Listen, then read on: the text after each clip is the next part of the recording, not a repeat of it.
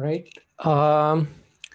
Okay, so let's get started and welcome to the tutorial session of CODS comment. So this is tutorial 4, and we are lucky to have Professor Anirban Dasgupta, who is currently the Ram Rao Chair Professor of Computer Science and Engineering at IIT Gandhinagar. And prior to that, he was a senior scientist at Yahoo Labs, Sunnyvale. Anirban's interest includes working on massive data sets, large-scale machine learning, and analysis of large-scale social networks and randomized algorithms. He did his undergraduate studies at IIT Kharagpur and followed with a doctoral study at Cornell University. He is also a recipient of a number of awards, including Google Faculty Research Award, Cisco University Award, and the ICDT Best Newcomer Award, and the Google India Award. So without much ado, let me pass it over to Anirban for him to take us through the interesting topic of corsets in machine learning. And just wanted to add to the attendees, if there are any questions that you have, you can type it into the Q&A panel, and I should be able to take up those questions and address it to Professor Anirban. So over to you, Anirban. Well, thank you, Narayanan. Thanks for inviting me and for a very gracious, kind introduction. So welcome everybody. I hope everybody is doing well. I mean, once I start attending this online conferences, I feel that that there is some benefit in not having to travel due to conferences, but there is also some disappointment in not having to travel for conferences. You don't get the time with the informal time with everybody attending the conference. But we make the best of what we can. So let me share my screen and we can get started. Okay.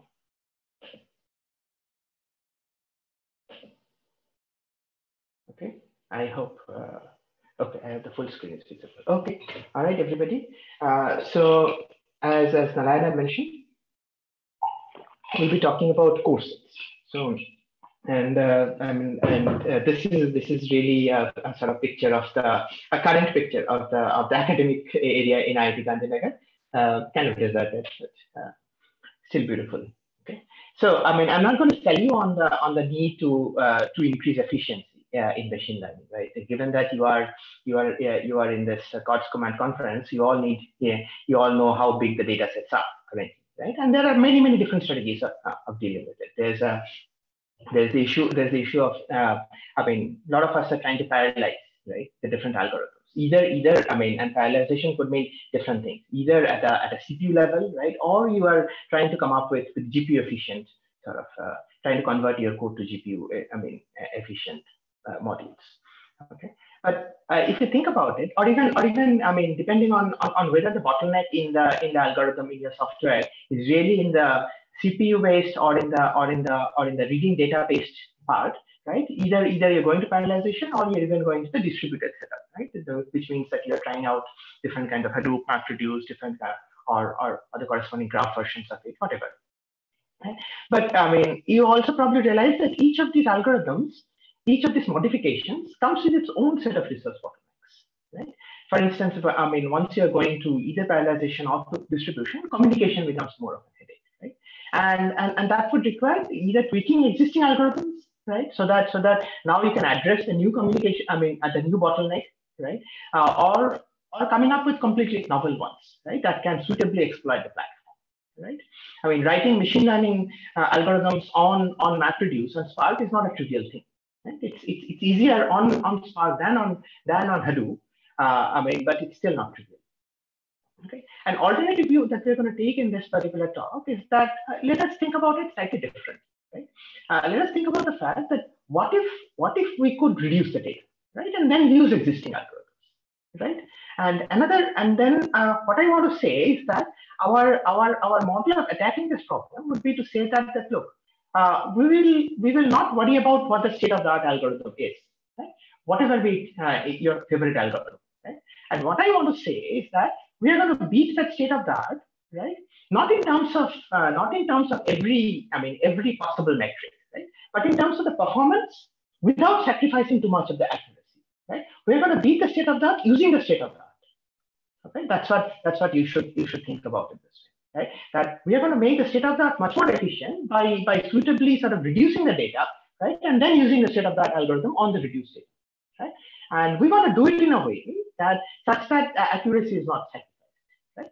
And another philosophical sort of need behind this is that perhaps, we are collecting a lot of data. Perhaps not all the data is useful anyway, right? Your autonomous driving vehicle might be taking billions of pictures, right?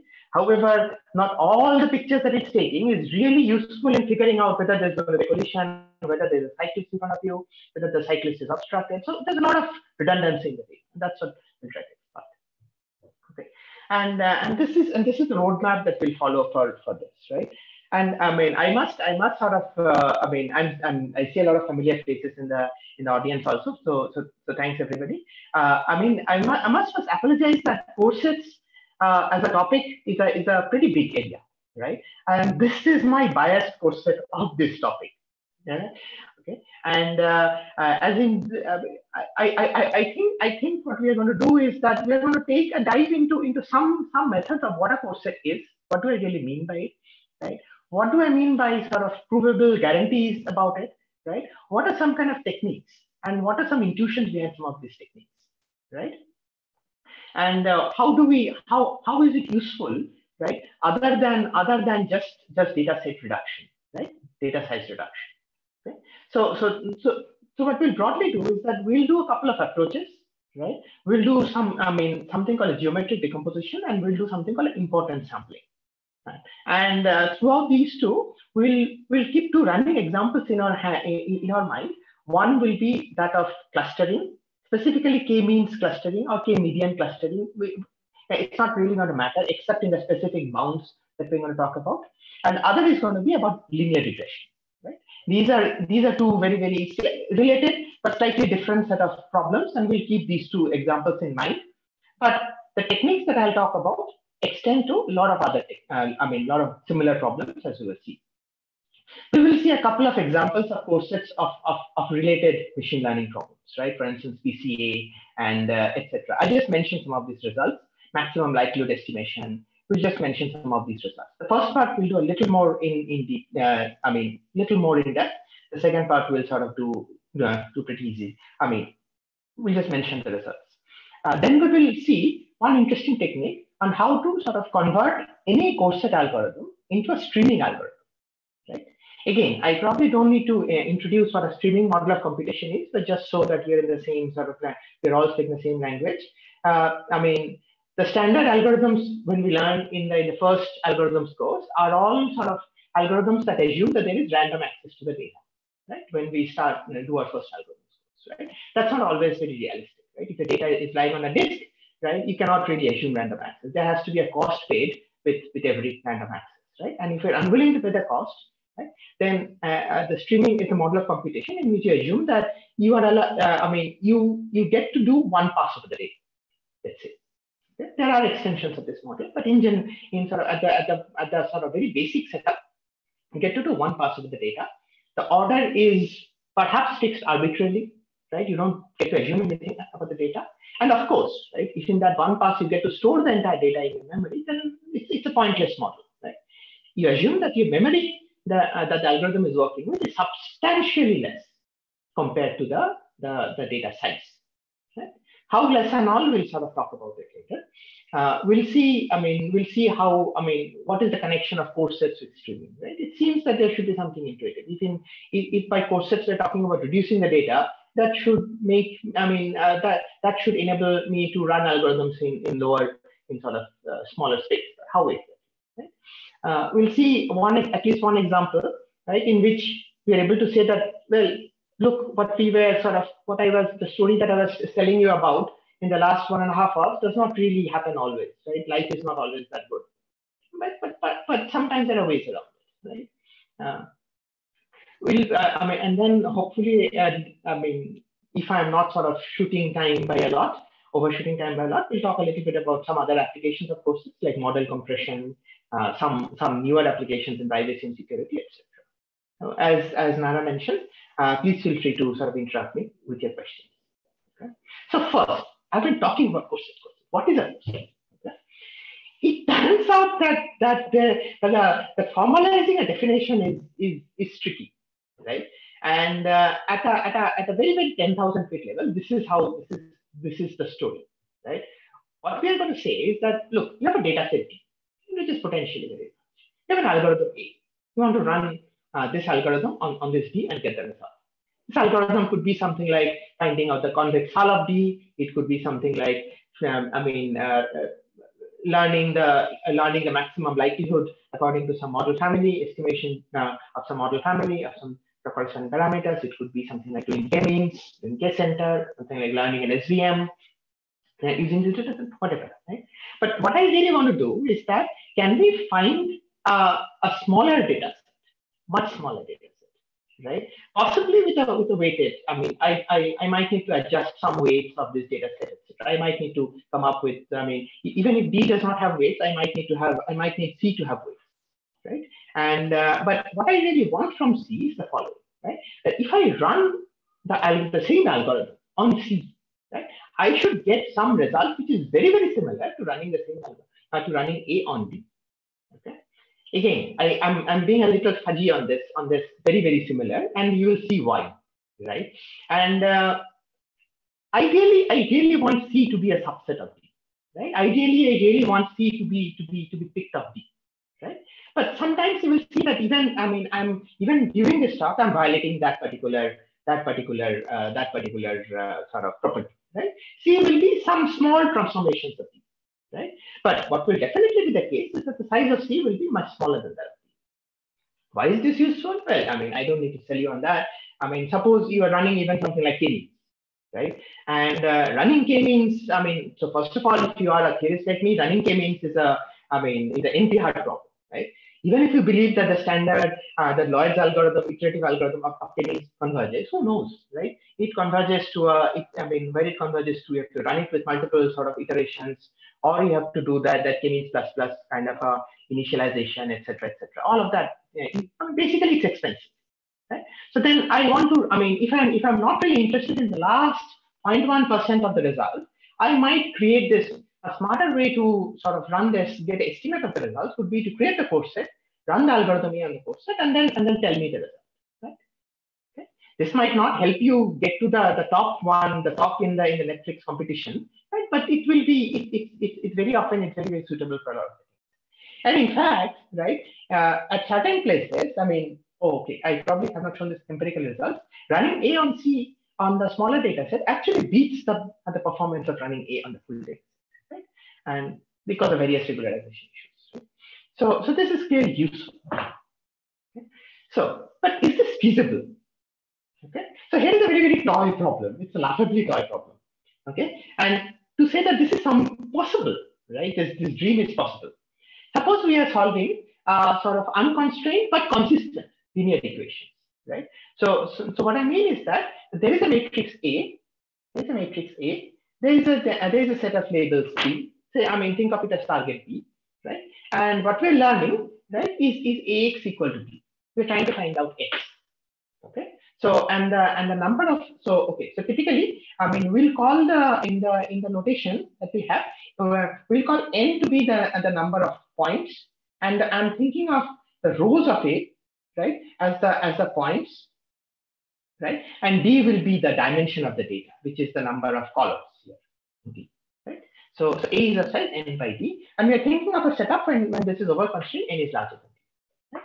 So you know that this is like a centuries old solved problem, and there's a closed form solution to it. Right? I can write down the closed form solution to it. You can also, you also know that look, what do I really mean by X is that really another way to think about X is that if I were really looking at the subspace spanned by the columns of A, right?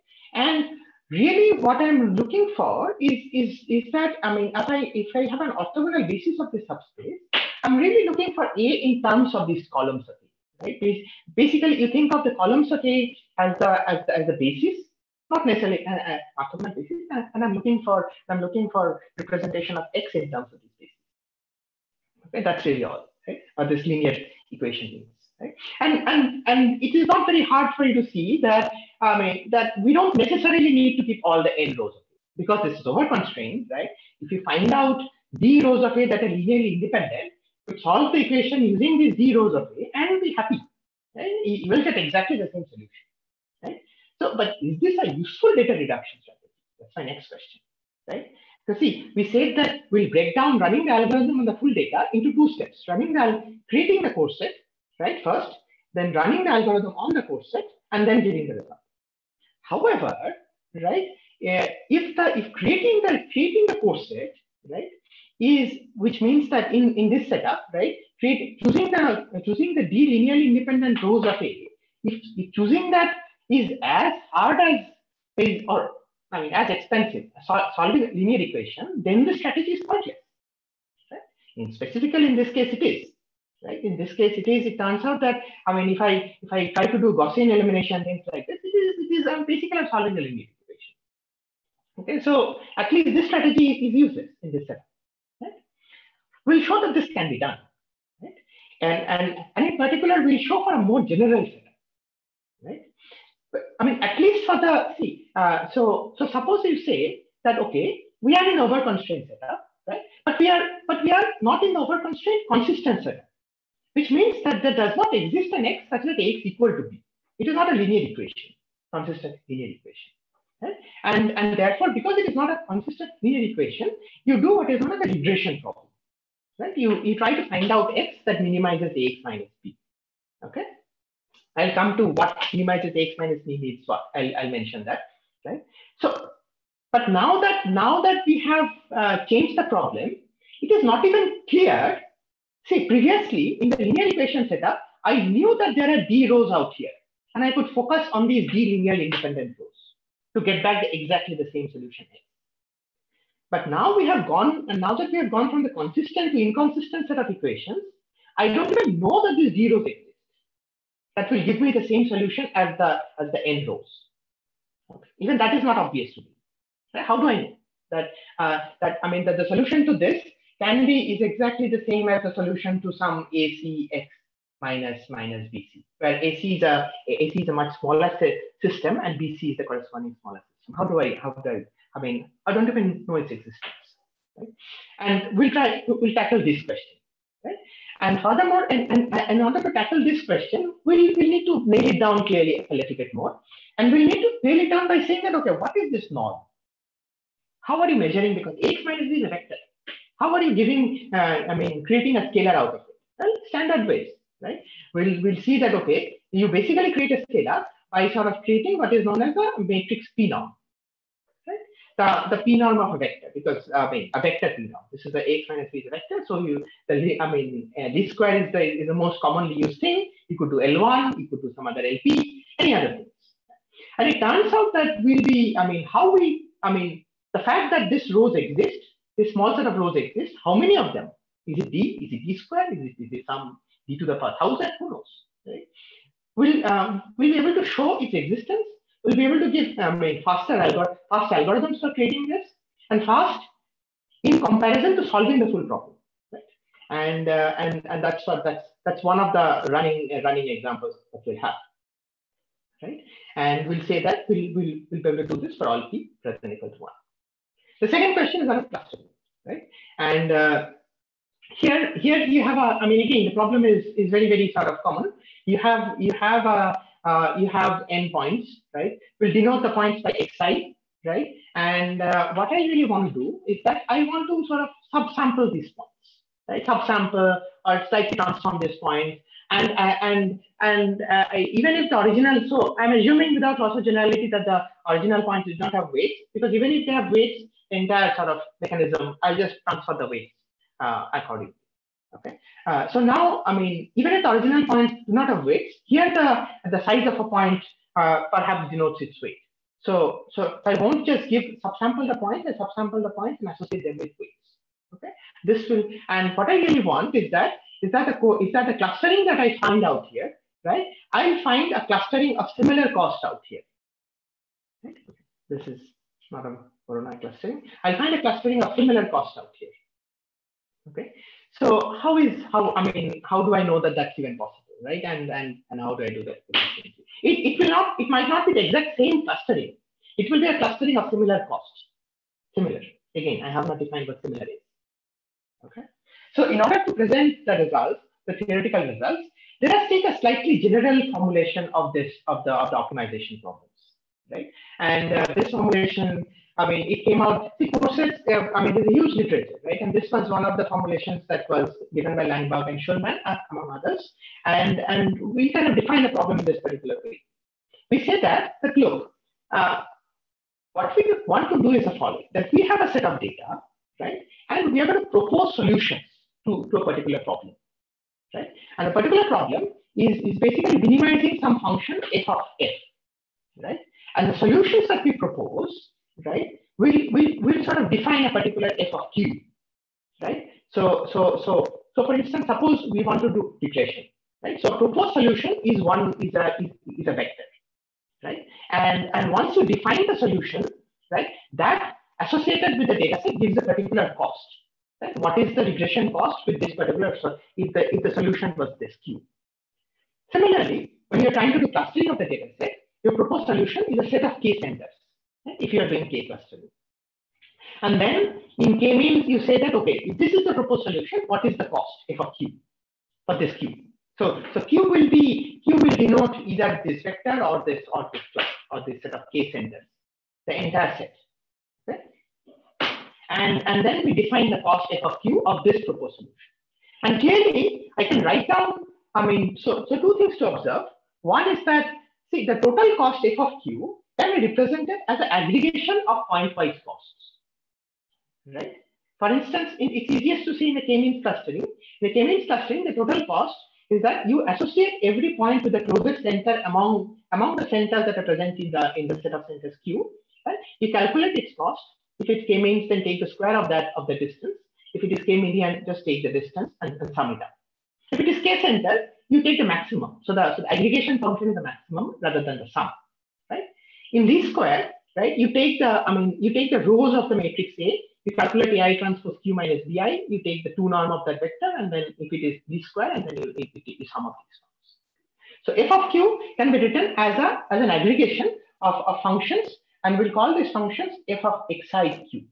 So f of xi q will denote either this, right, or it will denote this.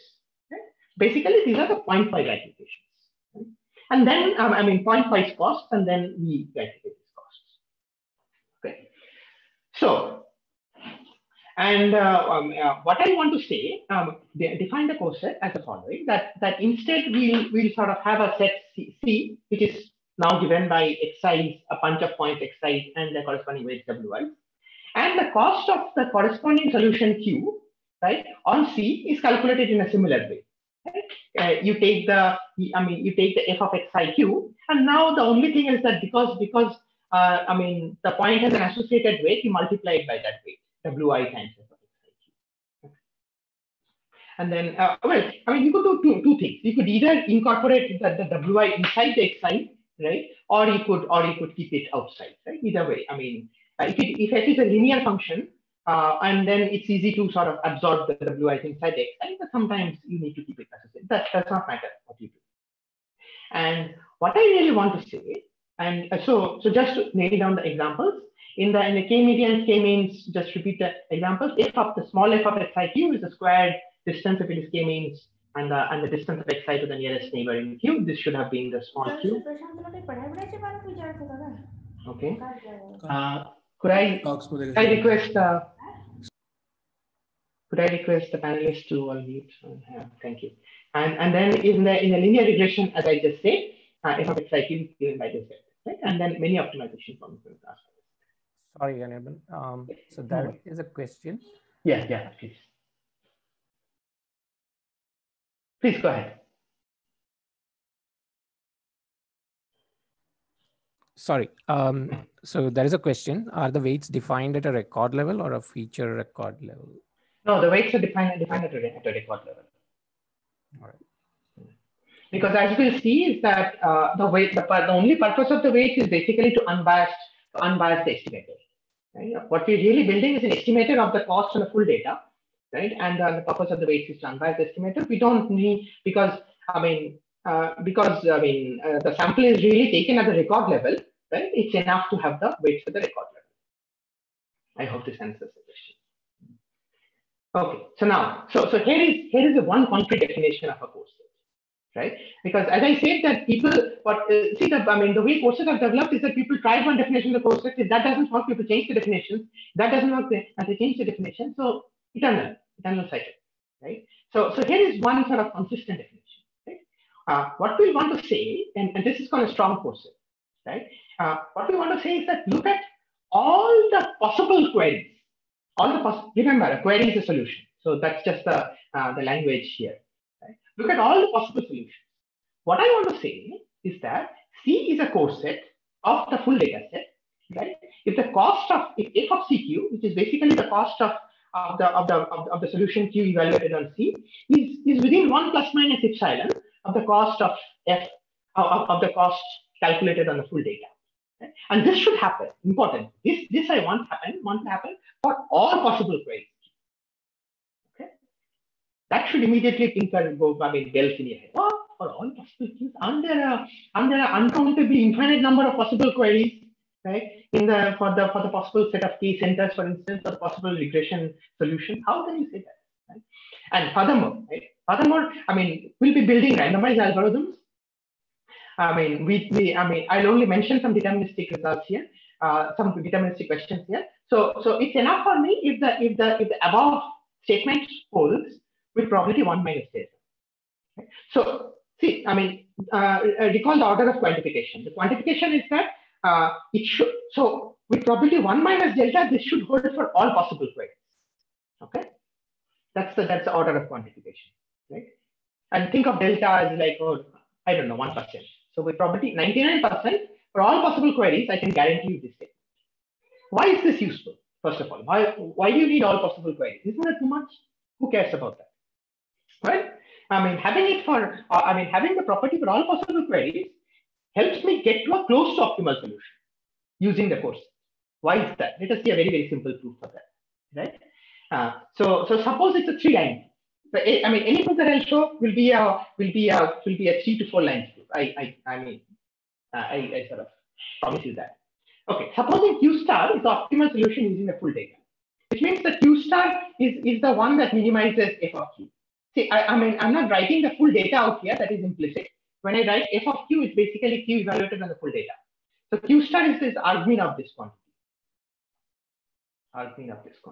Okay, and Q tilde is the argmin of f of CQ. Okay, the same solution domain. Okay, and now look at these 3 very, very easy statements to make.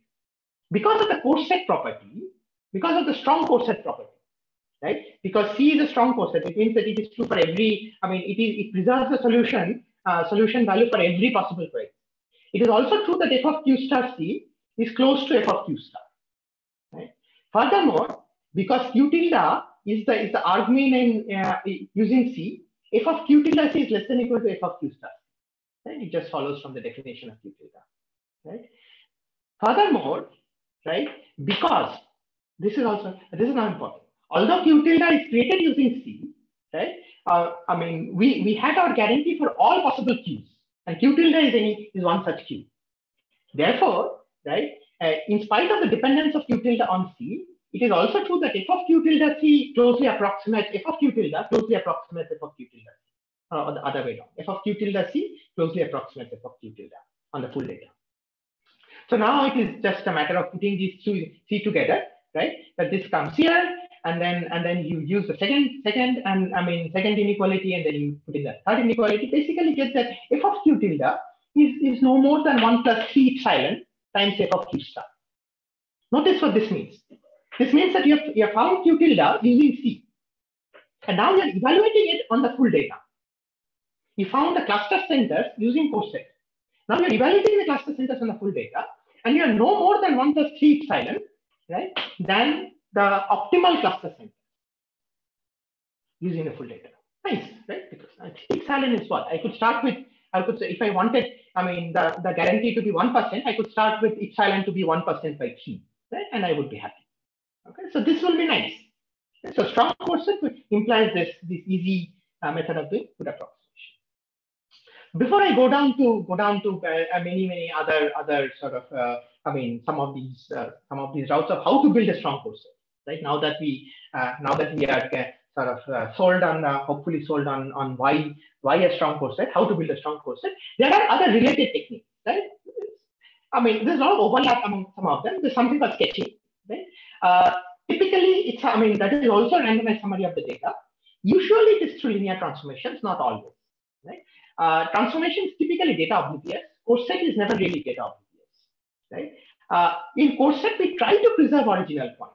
We will not always do that, right? So the lines become a little fuzzy. But sketching is almost always linear combination.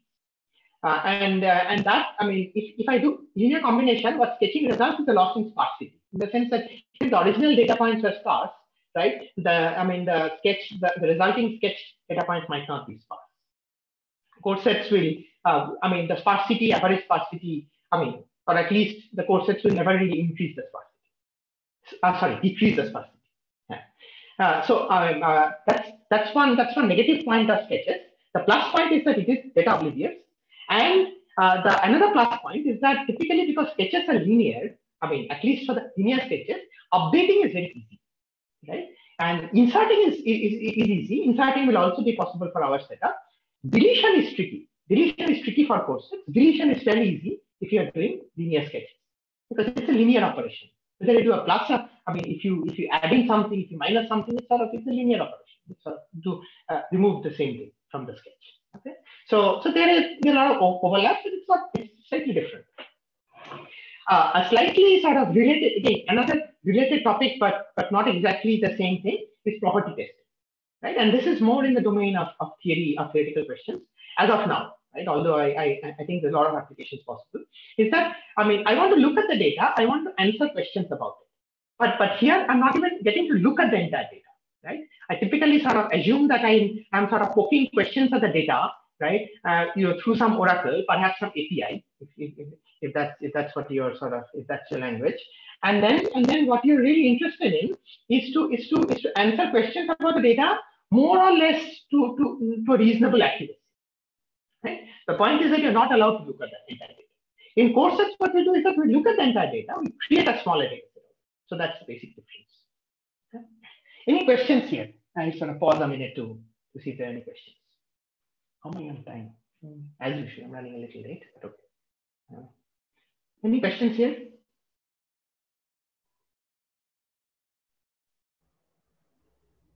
Okay.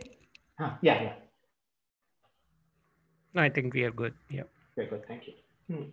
So now, let's take now that we've at least defined corsets, right? We have not in a miasma. How to create this corset, right? And as is usual, as is my policy, let us take a first cut approach. We have a hammer. Let us bang it. Right? We know how to do uniform sampling. What happens if I do uniform sampling? Right? Let us do a uniform sampling on the full data. Okay. So there are a couple of questions and answers. Should I tackle them? Let me tell. Okay. I mean, I can read the questions. I can take a look at it. Sure. Go ahead. Okay. Yeah, go ahead. Does this mean we can make corsets in absence of abundant data? You can create corsets with any data set. The question is that whether your data set, I mean, it's like saying that it's like you're doing. I mean, so think about doing a compression of a file, right? Now, compression works nicely, right? If your file is BMP. Right? If it's a bitmap image, because there's a lot of redundancy. If you have a JPEG image already, compression does not really affect that much, right? Or even actually, it might do worse because of the overhead it adds, right? So it's a similar answer, right? That you can apply corsets to anything. The point is that whether the corset is substantially less than the original data will depend on the abundance of your original data set. I hope that answers your question. Okay. The next question is that given a machine learning problem for which not much data is available, can corsets help us curate just enough data to achieve good performance? This is a very good question, very nice question. So there are some, I mean, perhaps we can discuss this later. So one possible application of corsets, see, there are, I mean, so the question is that what does not much data available mean, right? Is it in the unsupervised setup? Is it in the supervised setup? So I'll take the easier one, which is the supervised setup. Right? There, for instance, one typical issue is that there might be a lot of unlabeled data, right? But much less labeled data because labeling is expensive. Right? Collecting unlabeled data is inexpensive. Right? And one possible use of corsets that we're even now looking at, in fact, there's some amount of work, not a whole, is that whether you can use corsets to drive active learning. Right? Basically, to try to see if the corsets are actually representing the structure of the data, can they be used to say that, okay, you should actually label me these points, right? And can you use them in conjunction with the existing active learning algorithm? So to the best of my knowledge, this is the area of active research. I don't have a clear answer for you. Okay. In the unsupervised data setting, I don't know.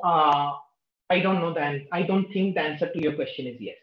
Corsets, I don't see how you could sort of, corsets will help you curate if the unsupervised data itself, unlabeled data itself is small. Okay.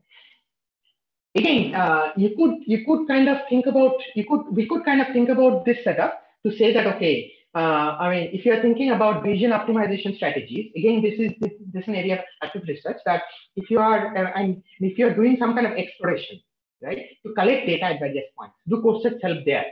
Perhaps, I don't know. Right? Again, these are issues that we have discussed with people. I don't have a clear answer, clear solution. So very good question. Thank you. Does it help in improving model performance, reducing model complexity without improving model performance? Very good question. So thanks, Kamal. Both actually.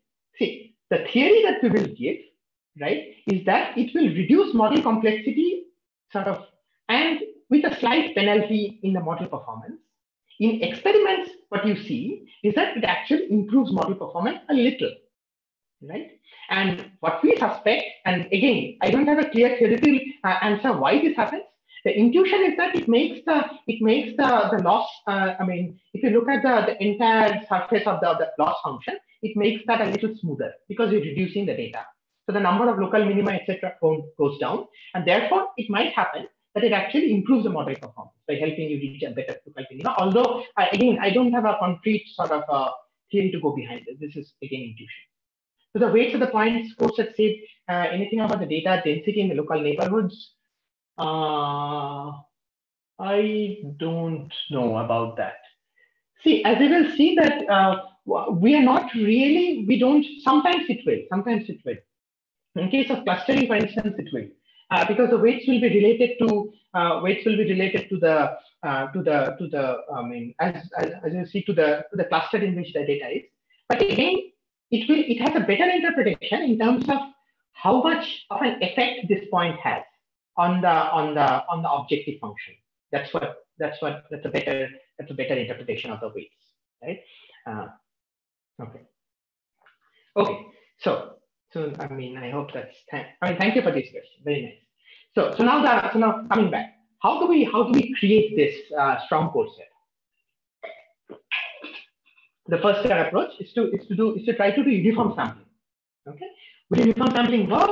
Will it work for k-means? Will it work for linear regression? Is there a setup that it might not work? Right. And here I'm putting on my. I mean, see, I have a couple of hats. Here I'm putting on my theoretics hat. Right? I'm not assuming, not the machine learning hat. I'm not assuming the data is coming from a distribution. I'm saying that is there a data set for which uniform sampling will not work? And yes, it's not very hard to come up with this data set, right? As you see in the sort of slide in the slide out here. Suppose we have two clusters. One of them is huge. It has n minus log n points. The other cluster is very far up from this cluster, but it has like log n points. The log n is just indicative. You could replace it by anything sublinear, right? And in this data set, if I uniformly sample n less than n by log n points, it won't even see the smaller cluster with high probability. Right? There will be a constant probability of not even touching the smaller cluster. Okay, so and if it does not touch the smaller cluster, then clearly, right, if you are clustering only that the corset only has a bigger cluster and you're clustering using that, right, it cannot be a strong corset. Right? because the solution that you get, I mean, the cost that you get using a corset does not really reflect the smaller cluster at all. So it does not the smaller. So clearly it won't work. Right. The second question, right? How about regression? Right? Let us think about linear regression. Can uniform sampling work there? What do I mean by uniform sampling? I mean that I had A and I had points which are the rows of A. I'm going to uniformly sample some of these rows, right, and the corresponding elements of B, right, and solve the corset using and create the corset out of that. Will that work? Right? The X that I get, the cost will the cost of any X or Q, will it reflect the cost of the full data? Well, no, right? I mean, and here is a very, very trivial example again. Suppose I give you an A, right, which has an identity D by D identity matrix up front. I mean, at the top. Okay, sometimes the screen creates that. Okay, D by D identity matrix, and then I fill up. I mean, N minus D sort of rows, just padded using anything junk, right? Basically, multiple copies of a single row or something. Right? So now, because there is an identity hidden up in A for any X, right? For any B, right? There is an X such that AX equal to B. Right? Because I mean, I find other words. So, and now the point is now here the issue is that again, if you do uniform samples, right? And if you take less than N by D uniform samples, again, you won't even touch the identity, right? With a constant probability, right? I mean, basically, you're just sampling blindly. And if you don't touch that, it's not hard to come up with these, for which the corset-based solution will give a non-negative, non-zero cost, whereas the cost in optimal solution is zero. Right? So again, it is not a strong corset. Right? So clearly, uniform sampling has its problems. Right? So what do we do? Okay. Again, here are some techniques, and I just mentioned some of them. We'll cover the first two in with examples. We won't cover this so much because I don't think I have that much time. So the first technique will be more of a geometry. See, this is a very interesting line in which basically questions in machine learning will transform into computational geometry questions, right? And it's geometric decomposition. We'll sort of create exponential grids, we'll create lines, and then we'll snap points into these lines, do low rank approximations, and create these courses. Basically, right? That will be one set of techniques, right? And these are the original corset kind of techniques which came from computational geometry. These techniques, I mean, initially, what you will see is that the dependence on the dimension is sometimes a little bad, right? Because they were originally intended to work with low dimensional points. However, there's been more recent ones, and I'll point to some of them that improve the dependence on dimension. The second set of techniques, right? The first set of techniques will be, at least the algorithms that I'll talk about will mostly be deterministic, right? The geometric decomposition. The second set of techniques will be more randomized, right? And they are based on importance sampling, right? Because we said that, okay, uniform sampling will not work. How about non-uniform sampling, which is basically important sampling? But the big question then is that non-uniform according to what? Right? It's easy to say non-uniform, right? But non-uniform according to what? Right? We'll define a way of, we'll see one sort of very solid framework, one very, very influential framework known as sensitivity framework, and we'll try to define the non-uniform sampling according to that. Right? And then again we'll hit another devil, how to create the sensitivity, and then we'll try to see that. Okay. The third set of techniques is basically a sort of iterative approach, right? And this relates to different kinds of gradient descent and Frankfurt and variations of what is known as the Frankfurt optimization algorithm. So this I'm not going to go into in this particular talk, but if you're interested, feel free to talk to me. Okay. So the first question, the first kind of direction, the geometric decomposition. Okay. So suppose here is the here is the problem. Okay? Suppose we're trying to define a corset for K median. Remember what K median is? Basically, you propose K centers, right? And then you associate every point with its closest center, and then you find out the sum of the costs, sum of the distances of every point to its closest center. That's basically K median problem. Okay. And let us, again, when you're tackling a problem, always think about sort of making it simple until it becomes almost dumb, right? That's what my sort of nice strategy is. So let us think about a very simple version of the problem, right? Suppose the points are on the line. It's never really going to be on a line, but can we solve this version, right? That the points are all on some line, right? And I'm solving the k-median problem on that. See, it is not a trivial problem. You can do dynamic programming. It's a polynomial dynamic problem, but it's not a trivial problem. Okay. So now the question is that can I create a corset if the points are on a line? Turns out, yes, you can. Right? And what is the size of the corset? Right? Turns out that here's the strategy to create the corset. It's very intuitive at the end of the day, but the trick is to show that it works. The point is to show that you need to create small batches of these points, right? And then you represent each batch by the mean, by the average of the batch. That's it. Right? So basically, once I create the small batches of the points, I create a corset by taking the average out here, and taking the average out here, taking the average out here, taking the average out here, with this point. Okay. So this basically will be the corset. Right? However, I still left it unspecified. What do you mean a batch? What is a batch? Well, that's where the non-trivial part comes in. Right? You want to create the batches, right? Suppose you're a k-median. You want to create the batches in the following way. Right? The cumulative error of a batch. You want to ensure that the cumulative error of a batch, the total error of a batch, which means that you sort of calculate the center of the batch and take everybody's distance from the center, from everybody in the batch's distance from its center of the batch. The cumulative error of the batch should be small. Basically, the batches should be tight. Right? But how tight? Here is what you want to do. Ideally, right? If you had solved the optimal problem in this dimension, and that solution is opt k, right? You want to make sure that the cumulative error of any batch is less than epsilon by k times opt k. Right? Epsilon is any user specified parameter. So epsilon is your degree of approximation. Remember the degree of approximation that you want the corset to satisfy. Okay. So now you'll say, what is this? Is this chicken or the egg? Right? Because I'm asking you to solve. I'm asking you to give a corset to find out opt of k. You're asking me to solve opt of k. Only horses. I don't really need opt of k, right? If you give me some reasonable approximation, constant factor approximation for it, I'm fine. Right? Basically, that you find out some. You run a rough algorithm for a line, find out some constant approximation of opt of k, and create the batches, and now it is greedy. Basically, you create the batches greedily, right? So that the cumulative error of any batch is less than epsilon. That's all. And now you can run this algorithm. Right? It is again not very hard to see, right? That the cost of this, that the size of this corset will be of size k by epsilon. Right? Even though the number of points n, right? There will be not more than k by epsilon batches, right? Because again, this is kind of like Markov's inequality. Okay. So now, how does that help? Okay.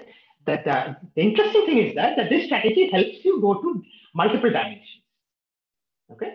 And in multiple dimensions. So first I'll say the original algorithm in multiple dimensions, the Harpelet and Mazumdar. This was I think in 2004. I've forgotten to put in the years sometimes. So please bear with me. What they did was to say the following. Now look, let us create a grid in d dimensions. What is a grid? So for instance, in 2 dimensions, this is a grid. Think about extending this to d dimensions, right? You want to create this grid so that the size of every square or every cube, d-dimensional cube, is epsilon, right? And therefore, it is not very hard to say that the number of grid points will be 1 over epsilon to the power, right? For instance, it's not very hard to see this, but if you have any questions, please let me know. And the first algorithm in d dimensions, what they did was to say that, okay, once I create this grid, right, then snap every point. See now every cube is pretty small. Every d-dimensional cube is pretty small, right? It's all the sides are a size epsilon. Now snap every point to let's say any one of the grid points, any one of these, right? And now we will only work with the grid points. That's all. That's really all.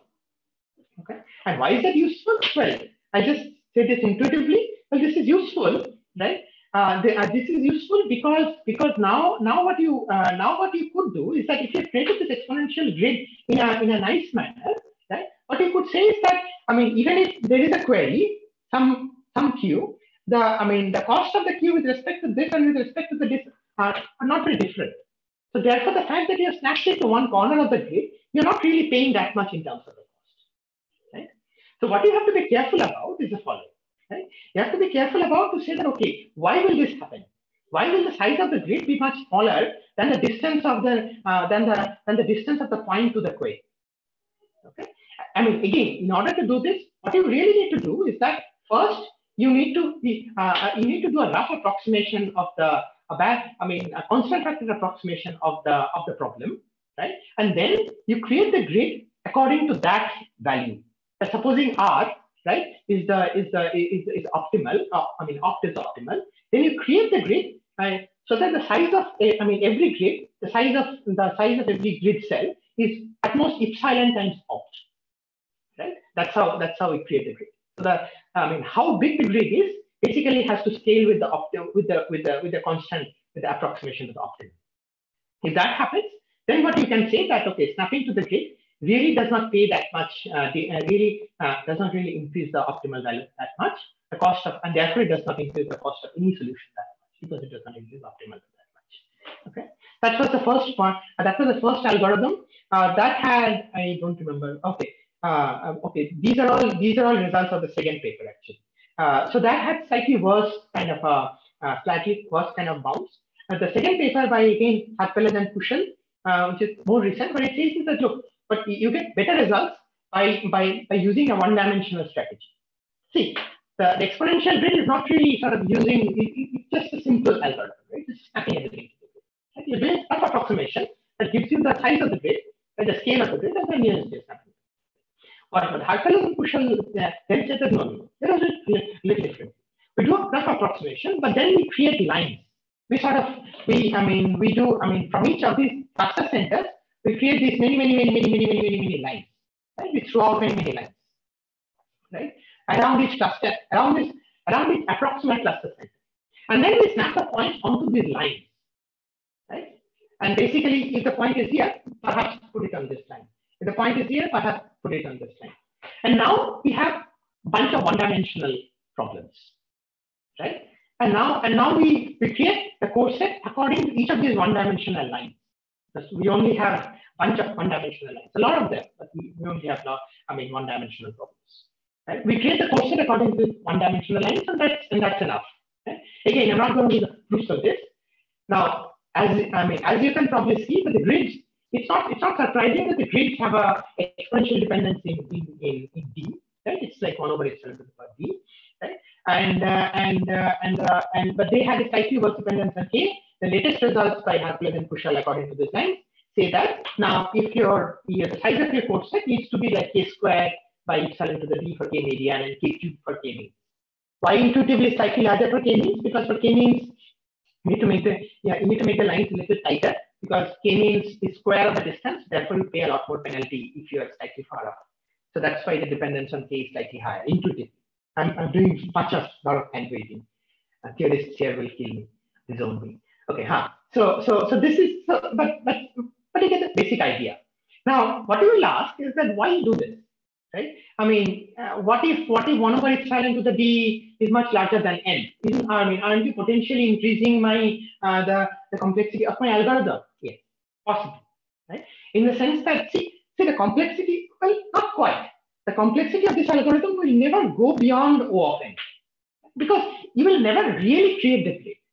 What it will do is something like a floor operation, a floor or a ceiling operation to actually snap the points to its corresponding grid things, right? So therefore, there will never be, a lot of these, if your 1 over epsilon to the D is much larger than N, right? A lot of these grid cells are empty and you don't explicitly create the grid, right? So therefore, once you try to sort of implement it in practice, you have to be a little bit careful about that. But it's certainly true that this is really targeted towards low-dimensional point sets, right? And again, that is not so bad, right? Because there are other ways of converting points to low-dimensional, high-dimension to low-dimension, while preserving clustering, cluster structure, etc., etc.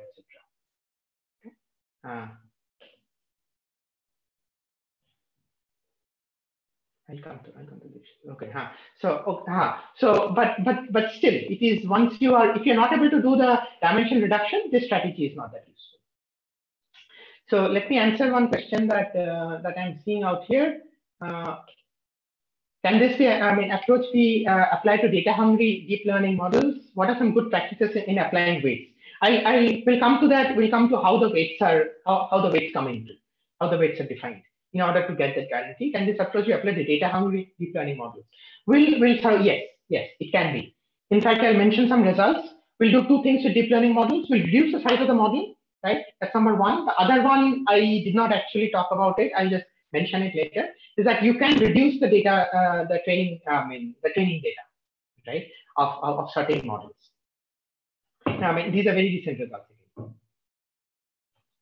Okay, what happened here? Okay, okay. So improving. So even with this, there's a very cute paper, right, by Feldman, Schmidt, and Solar that says that okay, let us change the corset guarantee a little bit, right, and thereby we can get a much better approximation using the same kind of argument, same kind of construction, right? What they say is that let us say that delta is some value that is independent of query, depends only on the data set. The guarantees that I will give is something like the distance. See, this is the cost of Q on the full data. K-means cost on Q on the full data. This is the K-means cost of Q on corset, K-means cost of the full data. And now, see, this delta was initially not there in my strong corset. Now they say that let us have this delta. Right? This is the guarantee that I will give, right, for the corset. So this is slightly modified definition of a corset.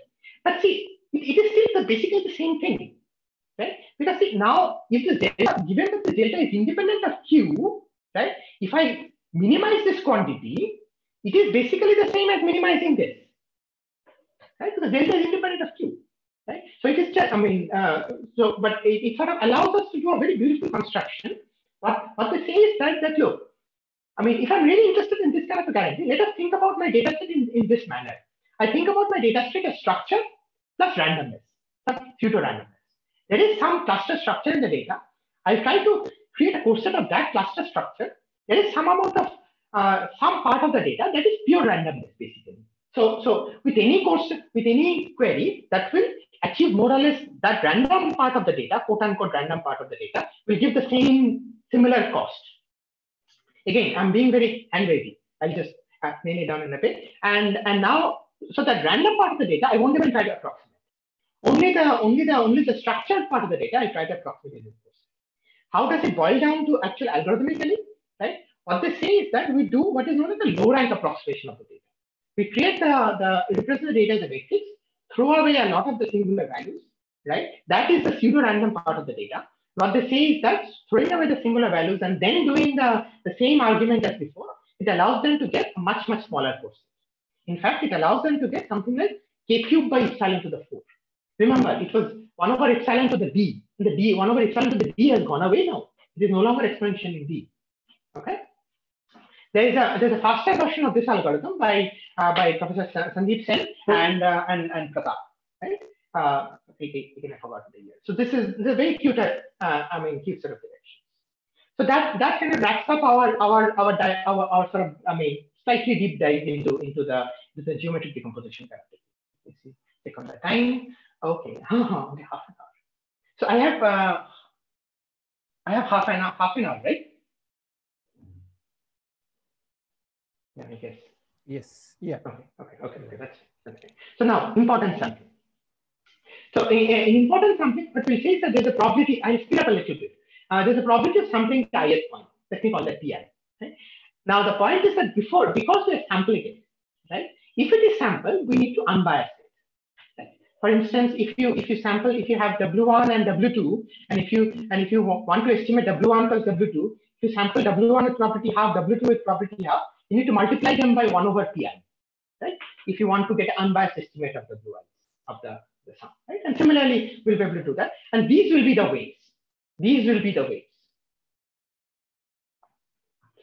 Okay. So now, and if you are, and as I say, that if you are keeping them as weights, you will keep the weights to be 1 over pi. If you're absorbing the weights in the x size, right, then it has to depend on the function x, on how you absorb it. For instance, if the function f is like taking the dot product of the query q and raising it to the pth power, then basically the weights have to be done 1 over pi to the power 1 by p, because there is an implicit powering that is happening. So it depends. Okay. But coming back, linking this to the questions that we had, this pi, right, will denote the sensitivity of a particular, the important sampling, the property of sampling of a particular point, and the weights will come out of that. Okay. The big question: how do we design something? Okay. There's a very, very beautiful setup. The sensitivity with important sampling, which was basically started by Langberg and Schulman, and a lot of work has happened after that, which holds for functions f's, right, that have certain restrictions. For instance, if the function f is really a sum-wise aggregation, right, of non-negative functions. So f has to be non-negative, right, and it has to be a sum, right? And in that case, what you as we saw, there's a lot of functions that fall in this. And then what they say is that it's possible to define the same, a very nice important sampling weights known as sensitivity. How do we define that? We say that this is the supremum over all possible queries, f of xi cube divided by the total. Okay? So this quantity is always less than or equal to 1, right? Because the numerator is present in the denominator. Okay, and now you take this ratio for a particular q, and then you find out the supremum over all q. Now, don't ask me right now, so at least hold your breath. How do we even calculate that, right? But suppose I had this, right? What does it mean, first of all? Right? Intuitively, what it means is that how much relative importance does the point have in the worst case? So it's like every dog has its day. So xi has its day for a particular q in which it contributes the maximum fraction to the total. Take that as the sensitivity, that relative contribution of xi to the total as its sensitivity. Right? That if this query, if the center is here, then this point contributes the most to the k-center cost. Take that, or the k-means cost. Take that as the sensitivity, the fractional contribution with that center as the sensitivity. Okay, and notice that this worst case can be different for every point. That's perfectly fine. Okay, and why is this an interesting thing? Why is the sensitivity an interesting thing? Okay, so and again, I'm not going to go into the maths of it. Basically, the idea is the following. The idea is that if you were doing the calculations, that suppose you fix a budget of the total sample, which means that you're maintaining the summation pi is equal to some constant, which is my sampling budget, right? And now under the sampling budget, consider the variance, right, of the estimator f of cq, right? That if I were summing this many points, what is the variance of the corset based estimator of the q cost per q? Right? Now it's not hard for you to figure out, right, that choosing pi is proportional to the contribution of a particular point minimizes this variance. It's like saying that if you're calculating the average of all people in let's say Ahmedabad, right? Choosing a person average of all persons' income, choosing Adani will have more of an effect than choosing me, right? That's basically what it says. That look at everybody's proportional contribution to the amount, and that will minimize the variance, right? And the point is that choosing pi to be anything that is slightly larger than the sensitivity, upper bounding the sensitivity, bounds the variance, right? So we don't need the sensitivity exactly, we need some upper bound of it, right? And we'll design a sampling probability according to that, right?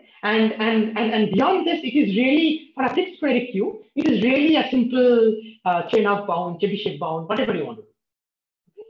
So depending on the kind of query you want. So very, very, very simple Taylor inequality. But we have to confuse gorilla that you are talking about a single query queue, right? You put the bound, you apply Chebyshev for a chain of a single query queue. You promise me a guarantee for all possible queries, which is infinite set of queries. How do you do that? Right? Now comes a little bit of, again, learning theory, call it something else. You have to talk about, okay, how do I say something about an infinite set, right? You say something about an infinite set by characterizing the complexity of the infinite set. Right? In learning theory, we do it using busy dimension.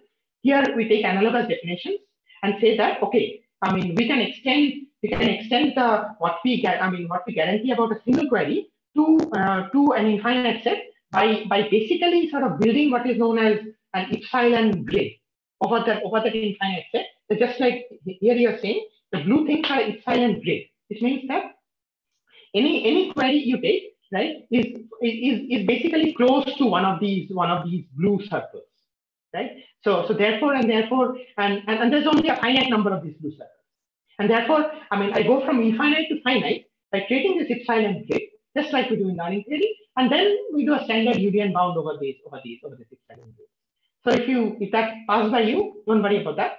Basically, the thing to remember is that you can extend it to infinite number of queries by saying that your total samples need to depend on two things. It needs to depend on the sum of sensitivities. It needs to depend on the complexity of the query space. I mean, however you characterize the complexity, DC dimension or something analogous, right? And as long as you do this, you're able to say something for all the queries together. Okay. Now, again, our Gorilla is still confused, right? You sort of outlined me a direction how to estimate the sensitivity. I don't know, right? And because you did a soup of all queries, and it seems that estimating the sensitivity is as hard as solving the problem, basically. Right? Luckily, there are some ways. Turns out that any upper bound on it will work. The price to pay will be more samples, right? If you use a loose upper bound, you will pay more samples, as you saw, because the number of samples depends on sum of sensitivity. So very tight upper bounds. Sometimes, as we'll see in two examples, we can use the problem structure to find the upper bounds. And sometimes we can use cheaper bi-criteria approximation, basically a rough approximation to do this upper bound. Right? And since this technique hasn't developed, there's been a bunch of papers, right, in sort of doing the sensitivity analysis for different problems and the corresponding deriving corresponding bounds. So here is one for L2 regression. I mean, perhaps I'll show this and then sort of, okay, I'm running a little late. Okay, so now if you are running for L2 regression, remember that the cost function f for a particular point is really something like AI transpose square. Right? You kind of absorb the B to the A and you can write down the cost function using that. And with a little bit of algebra, I mean, you don't need to follow all the algebra. What you can then see is that you can sort of upper bound this cost function by saying that if you have an orthonormal basis of the data matrix A, right, and you take the row norm of the orthonormal basis, right, the row norm of the orthonormal basis forms an upper bound to it.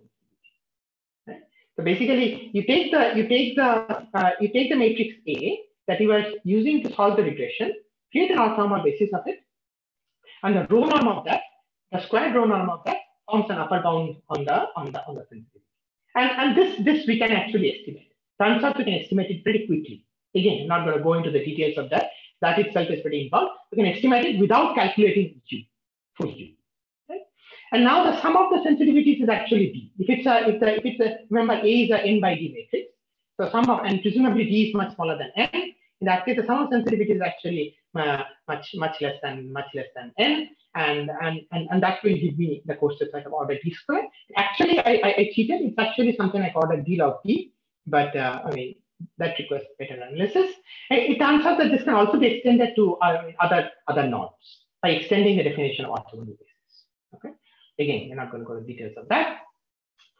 The second one, k-means. Okay, how do I estimate the sensitivity for k-means? Again, turns out that what you have to do is that you have to do some rough clustering of the data. Right? Suppose you wanted to cluster the data using k centers.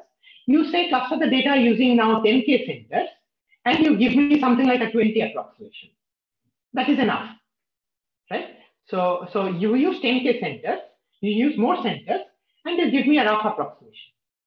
Now what you do is that you can define the sensitivity, put in a upper bound on the sensitivity costs in terms of the solution that you found. Right? I'll sort of talk about what this means. Right? What it really means, what each of these components really means is the following. Right? Let me just talk about it. So a point will get a more sensitivity, right? If it is so I have this cluster center. A point will get more sensitivity if it is far away from its cluster center. So this point gets a sensitivity because it's high sensitivity because it's far away from the cluster center because of this. This point gets high sensitivities right? Because the cluster is small. So I want to, if I'm doing the intuitive explanation of what these terms mean, points which will get high sensitivity are points that are far away from the cluster centers, which are not so representative. Points that are sort of in clusters that are small, right? That are not very because I need to give them intuitively makes sense because I need to pick from that cluster, right? And points that are if the total cluster size, right, is also pretty. If the total cluster size is large, then this point also gets a proportionally slightly larger sensitivity. Basically, this is the intuitive explanation of the parts. But this comes pretty theoretically by sort of dividing the bounds. And what you then do, just reiterating, is that you find a rough approximation, C prime. The C prime is a rough approximation of the clustering. That could use more clusters than what you need. That could be a bad approximation. However, you could use C prime to derive the sensitivity scores, calculate the sensitivity scores very easily, and then plug it, use the sample them, and then do the clustering. Right? Because now you have a smaller data set, you can do more expensive clustering. That's basically the idea. Okay. Now again, this is so this is the structure that the clustering preserves. Okay. Perhaps I just talk a little bit about it. So again, just to kind of say that what structure does the regression corset preserve? What is this row norm? What does it preserve? Turns out what it preserves is basically the geometry of a ball, right? So see, there's a picture. The geometry view of regression is the following: that this is the space spanned by column of A, and this is the row B, which does not lie in the space, but you're trying to find out what is the closest point in the column, in this column space, to B, right? And it needs to preserve this picture because when you subsample A, the space will get perturbed, B will get perturbed. However, this distance should not collapse; it should remain more or less the same. Basically, that's the idea, right? And I'm not going to delve too much into it. And similar intuitions for LP norms, except that it is not an orthogonal projection. You're not talking about orthogonal projections. They're not projections according to that particular norm. Okay. So I'm not going to go into any more details about creating corsets. Now about more interesting properties of corsets. So any questions until now? Not seeing any questions. Okay, I guess I can take them later. So properties of corsets, of strong corsets in particular. So here is a very nice property. It says that suppose we have created a corset with guarantee 1 plus minus epsilon, which I call it epsilon corset out of data set P1. Let's say P1 is in one machine, P2 is in another machine, and you created that epsilon corset. Turns out now you can combine the two corsets. Just take a union of the two corsets, and that will be an epsilon corset of P1 in P2. Not very hard to do. Another very nice property is composability. Basically, what it says is that suppose there is a data set P, and you first created a corset out of it called C1. So C1 has a guarantee with respect to the error parameter is delta. And C2, you made it smaller, right? You created another corset out of C1 with error parameter epsilon. Right? Now it turns out that C2 is a corset of P with the corresponding error parameter. Right? Because the two factors will get multiplied, 1 plus epsilon, 1 plus delta, and so that really is like 1 plus order epsilon, and epsilon plus delta. Right? So C2 is a corset for P, slightly looser guarantee. Basically, the two guarantees get combined. This is very, very useful. This is very, very useful, and I'll show you why. Right? So here is the usefulness of it. That suppose we have this in our hands, right?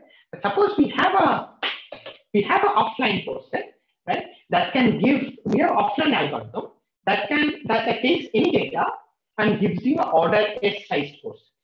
So it takes space also order S. I mean, it takes space. It might take larger space. Doesn't matter. It gives you order S sized corset. Okay. Now what I want to do, right, is convert that. It's an offline algorithm. Now what I want to do is convert it to a streaming algorithm. What is a streaming algorithm? Remember, right, that I am allowed to do one pass over the data, not allowed to store the entire data in memory because I don't have that much memory, and I want to store where the memory should be almost polylogarithmic in the data size. Can I do this? Can I convert this offline algorithm into what I need? Right? Turns out yes. right? But let's again take a naive approach first. Here is what I do. So consider this is my stream. I break my stream, right, into chunks of size S. I run this algorithm.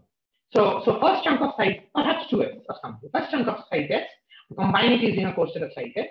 Another chunk of size S, I combine it into a corset of size S.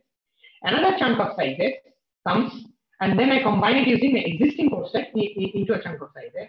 Another chunk of size S comes, again run my corset algorithm and combine it in my size S. See, one good thing is that I always have at most 2S in memory, right? Because I'm always combining. What guarantee does it give? Does it give a good guarantee? Right? The answer, no. Right?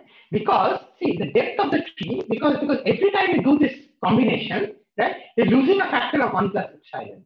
If you have an epsilon, if this is an epsilon corset algorithm. And the depth of the tree, right, is something like, if you are chunks of size S, depth of the tree is like n by n levels. And therefore your final guarantee is, remember the composition, the corset composition, 1 plus epsilon times 1 plus epsilon times 1 plus epsilon, 1 plus epsilon to the power L. Right, which is pretty large, pretty bad. Not good at all. Because if n is like order theta n, right, then multiply epsilon by n is a bad idea. That is a useless guarantee. Can I do better? Yes, you can do better. Let me draw the picture. Let me show you. By something called a margin reduced algorithm. And here is what it is. Basically, as the picture can indicates to you, implement what is known as binary, a simple binary counter type of aggregation. Call this the bucket B0, call this the bucket B1, call this the bucket B2, call this the bucket B3. So what you do first is that you the data chunk comes, you put it in B0. The second data chunk comes, you combine the bucket in the existing data in B0 and the new data chunk and create the data chunk in B1. You delete the data chunk in B0. Third, and basically this is like 1. This is like 1 0. This is like 1 1. This is like 1 0. Oh wait, I should have really had another step 1 0 0 1 1 0 1. Basically, every time you sort of maintain only these log n buckets at the most, right? Log n chunks at the most. Every time, if the chunk B0 is empty, you put the new chunk from the input into B0, and if the chunks from B0 to some Bi minus 1 are full, you combine them just like you would have combined. You would have done a binary counter implementation and delete all these existing chunks. Put the combined chunk in Bi, right? And then your buckets from B0 to Bi minus 1 become empty, and put the new chunk in B0. It's very simple, right? So this is known as margin reduce. This is the very, very simple code for it. Okay. And once you do this, what is the benefit? Once you do this, it's not hard to say that the number of levels, right, is only log n. Number of increments that you do is only log n. Right? Every corset chunk only goes through log n kind of aggregations, right? And therefore, what you can say is that your working space is only S log n, right? The final corset size is S, if the original offline corset size was S, right? And it returns epsilon log n corset. Okay? So the factor becomes worse, but worse by only a factor of log n. And therefore, you should have run your original algorithm with only epsilon prime, which is not much, right? With only slightly smaller epsilon, you should have run your original offline algorithm. But then you can use this margin reduce technique to blindly convert it into a streaming algorithm. This is very, very useful. Okay. Before going forward, let me see what question I have. The technique is going to be dependent on the model that we all do. Yes. And that's what the first part was about. That the technique that the question is that the technique that we're going to use the corset is going to be dependent on the model. And we talked about the geometric decomposition, which is typical for certain types of aggregations. Sensitivity is a much broader framework. And if you are thinking about any general framework, I would suggest that tackling that. Try to figure out if there's a sensitivity based algorithm. Okay. So there are similar corsets for things like, this should have been a non-negative matrix factorization and DCA. Okay. And these are both special cases of J subspace clustering, where corsets are defined by affine subspaces of dimension J plus potential constants, etc., etc. There are corsets in all these references, beautiful work. And these are all, Okay, and there's I promised you more applications in machine learning. So here is one application. So suppose you have a Gaussian mixture, right? And you are trying to do a max likelihood estimation. I should have written this as max likelihood estimation, okay, and not EM, although you could still run EM, right? And you want to approximate the likelihood. What is the likelihood? If you remember, likelihood of the data, given a set of parameters, is basically write down the probability of the data with respect to this set of parameters and take the log of that. This is the log likelihood, right? And if it's a mixture model, then the likelihood, mixture model of Gaussians, then the likelihood looks at above, right? Because the model says that, okay, that there are three different, let's say that there are three different Gaussians, and there's a probability of W1 choosing from the second one, probability W1, W2, W3, W4, and once you choose which Gaussian to generate from, you sort of write down the likelihood of that. So therefore, the log likelihood, the likelihood function looks as follows, little complicated. But it turns out that you can create a corset out of this, right? Basically, if you had a data set and you want to fit a Gaussian to it, right? You could create a corset out of this, and the corset size will again be sort of polynomial only in K, D, and epsilon. K is the number of mixture models and that you're fitting. D is the dimension of the data, and epsilon is the data parameter. It is independent of n, right? And it is something related. The style of corset is again sensitivity based, right? What we saw. The only trick is that you don't really approximate the log likelihood. You approximate the phi. Because if you write down the log likelihood, you can decompose it as something which is a normalizer, which only depends on theta, does not depend on d, plus the phi part, which depends on theta, and there's no point approximating a normalizer. Okay, and you get a nice strong corset kind of a guarantee. A recent work by some of us is that I showed you corsets for regression problems. Now there are various regression problems in which apply regularization, right? For instance, what you're seeing is this regression. Does this cause a reduction in corset size, right? Because presumably you're doing some kind of you are being a little less sensitive to the data, right? Because of the regularization, right? You are incorporating some prior into the using the regularization. So does it make you less sensitive to the data? Right? Yes, it does. Right? How does it? But how does it do that? So here is one example by very nice work by Clarkson Woodruff show that if you do ridge regression, which is a very, very standard way, right? The original corset size of regression depended on the rank of A. The corset size of ridge regression decreases with lambda. Basically, if you increase lambda, the corset size decreases, which makes sense because as you increase the prior, which is lambda, you kind of the strength of the prior, which is lambda, you kind of are looking less and less at the data. Therefore, your corset size should also decrease, right? And it shows up in the theory. This does not happen always, right? Recent papers that we had in HTML shows that it does not happen, for instance, in lasso, right? For instance, for regressions of the form of this p to the p plus s to the q, it has a smaller size only if this coefficient and this coefficient are the same. Otherwise, in terms of strong corsets, you don't really get a benefit. Specifically for lasso, you don't get a benefit. Okay. Oh, I know 5 minutes. So let me Sorry, just a time check that we have 5 minutes. Okay, let me just wrap up. So, I won't go too much into the tensor factorization other than just saying that look, we talked about matrices and regression. It's possible to look at a very, very upcoming field is tensors representing the data, calculating tensors out of data and utilizing tensor factorization, either as a way of learning generative models or as a way of even training neural networks. And you can actually create corsets out of that, right? There's so I won't go into the background of tensors.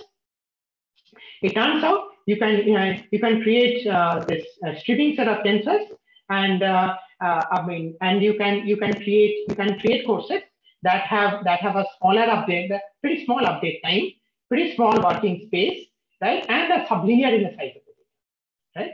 And this is kind of like the best result that we have. And this came out in last XML. Now again, just quickly rushing through the set of questions. Does there always exist a corset, sublinear corset that is smaller than the size of the data? Turns out it doesn't. right? This work by Montenegro and all show that for logistic regression, which is another very common used things, you can show that if you're interested in worst case data sets, there is no there is no corset, guaranteed corset. If you however assume something about the data set, for instance, you assume something about the mu complexity of the data set, which is something that the statistical learning people typically assume that the log odds of the incorrectly predicted odds of one class and the correctly predicted odds are kind of balanced, right? Then you can say that there is a corset in terms of this balance. Okay. There is also a corset. You can also show a corset, not sublinear theoretically, but it works nicely in practice if you're doing logistic regression, the Bayesian setup, right? In which case you have a regularization or a prior, whatever you want to call it, and you can create a corset. And this is recent work by Huggins, Campbell, Broderick, etc. That shows that you can approximate the entire likelihood function to the L1 distance using only the corset data. Again, I'll just go through some of these results, flash through some of the results. Feel free to ask questions. There's been some, I'll just say this framework. You can turn this problem around and apply corsets to compressive neural network. There, what you look at are the neurons or the parameters as the point, and the data set is the query. What is interesting is to see that can I throw away much of the neurons, right, and still sort of preserve the prediction of the neural network? Turns out you can, right? A bunch of very recent papers by Dubé et al. And by Baker et al. Show that you can apply the exact same sensitivity-based framework to throw away, to specify the network quite a lot, right? Even this paper claims that they get like almost 800-fold reduction in AlexNet with similar performance, and similar to this et al. Paper. Another very novel application for corsets is in completely different settings. Right? In differential in privacy settings, right? See, Felton et al. show what is known as private corsets. Okay? What are private corsets? Private corsets are subsets of two properties. One, that they have corset property, right? Standard corset property that we show. Number two is that they have differential privacy property. What does differential privacy property mean? That if you expose the data set, right, you don't give information about any single user. No single user's exposure, information is compromised. They show the existence of data sets of data points that have these two properties combined. What does it mean? It's pretty amazing. What it means is that you can now, because of the corset property, you can answer unlimited number of k-means queries using this subset, right, without clicking the information about any specific user, because of the differential privacy property of this course. Right? This is a very novel application. Unfortunately, this is not a constructive. This is not a construction. They show that these exist. So, this is a fantastic open problem. Another very nice open problem is in this fully homomorphic encryption. What does it mean? Again, fully homomorphic encryption is this model in which the dataset is encrypted, and you want to run an algorithm on it without decrypting the dataset, and you want the output to be also similarly encrypted, right? This Akavia, Felton, and all show that even in this homomorphic encryption model, creating a corset is often easier than solving the original problem.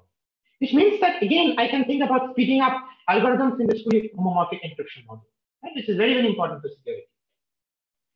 Okay, so just to summarize, this is a very very interesting application of randomized algorithms and computational geometry intuitions in machine learning. Few repeated themes come up. If you don't remember anything, there's also important sampling based on sensitivity, building on rough approximations of the data, and clever use of low-dimensional projections, which is one of these. There's a very nice set of theoretical non-trivial questions with practical implications, and a lot of open questions, right? And I'll mention some of them again. That this, less work in the supervised setups. A lot more work is needed. So I hope somebody here will pick up. Can we create algorithms in dynamic settings, specifically for data deletion? Online settings, we have some work, right? Can we do more? Can we do deterministic constructions, right? Turns out in some small cases you can. There's a very nice recent paper on dataset distillation in which they showed that it's not really corsets, right? But I want to connect it to that. In which they showed that using MNIST, you can only train on 10 images on MNIST. 10 images on every, and that gives you 94% accuracy. Okay? Is this really connected to the corset? This is really an empirical observation as of now. Yeah, I mean, but it feels like there should be some connection, of course. More importantly, I'd also like to see people work on unified libraries for creating courses. There are specific individual implementations for unified libraries. That would be very nice. And lastly, I'll point to a few references and share the slides. If you're interested, please go and look up these. A lot of the material was borrowed from these very nice references and questions. Thank you, Anirban. So that was a really great tutorial on corsets, very comprehensive. And like you mentioned, that the corset itself is such a broad area, but I think you gave a really good distilled version of it. And especially I appreciate the last part on the open questions. So those were really interesting. Yeah, I really wished we could have gone further, but time is still a constraint. So I think we have time for 2 to 3 questions, if there are any. So I could start off with some questions. So hearing some of the views that you consider in terms of the geometric view, as well as the importance sampling that you covered, and probably there is the gradient descent one as well. It reminded me a lot about the information theoretic point of view. I mean, we are essentially trying to answer the question of which are the points that are more in information theoretically useful, right? So is there a unifying framework that can unify these into an information theoretic part? That would be a very nice question, actually. I don't know the answer to that. See, I mean, as of now, my trip is that yes. I mean, perhaps what you're saying is the right way of unifying. But I mean, as you saw, the corsets are really problem specific, right? I defined a problem, and for that problem, I sort of find out what is the right way of either aggregating or sampling, coming out in important sampling. But I mean, yes, perhaps what you're saying is I mean, there are small sort of problem. I mean, set of problems that have been grouped together. For instance, there's something like epsilon kernels that work with all convex hull kind of things, bounding ball convex kind of things. But I mean, perhaps what you're saying, I think that could be very interesting. So, summarize. I don't know the answer. I think it's a very interesting question. Sure. Yeah. And the other question was, I mean, kind of related to what you were also talking about, that it could be divided into a structure plus noise. So that kind of reminded me of outliers. So is there a specific treatment of outliers, or is it kind of combined into the good point? Yes. Very good. And again, very nice. Thank you. So again, see, that I think also is something that needs to be worked upon, because see, I mean, the way the corset has been applied is that the way the development has happened is that, I mean, once the data is given, we no longer consider any one point as an outlier, right? We're thinking about, we're putting on our worst case hat and thinking about that they want to approximate this entire data. That's it. I mean, the cost is entire data. If it turns out that the outlier is really controlling the cost, then I want to pick that. However, that having said, right, there are sort of corsets that have been built for more outlier resistant algorithms. For instance, there's something called a Huber estimator, right, which sort of throws away some of the outlier values if you're doing regression or something. There are corsets that you can build for those, right? I don't think there's been a statistical sort of a thorough study of, is there again a more general outlier? I mean, how do I define an outlier and a combination of outliers throwing away, but keeping the rest of the data, I mean, corset of the rest of the data? No. I mean, that would also be a nice question to tackle. Great. Any questions? Okay. Cool. Yeah. Well, thank you, everybody. So please feel free to reach out to me in this tweet, website, etc. So please. Thanks a lot, Anirban. Thank you, everyone, for joining in and for the nice questions. Thank you.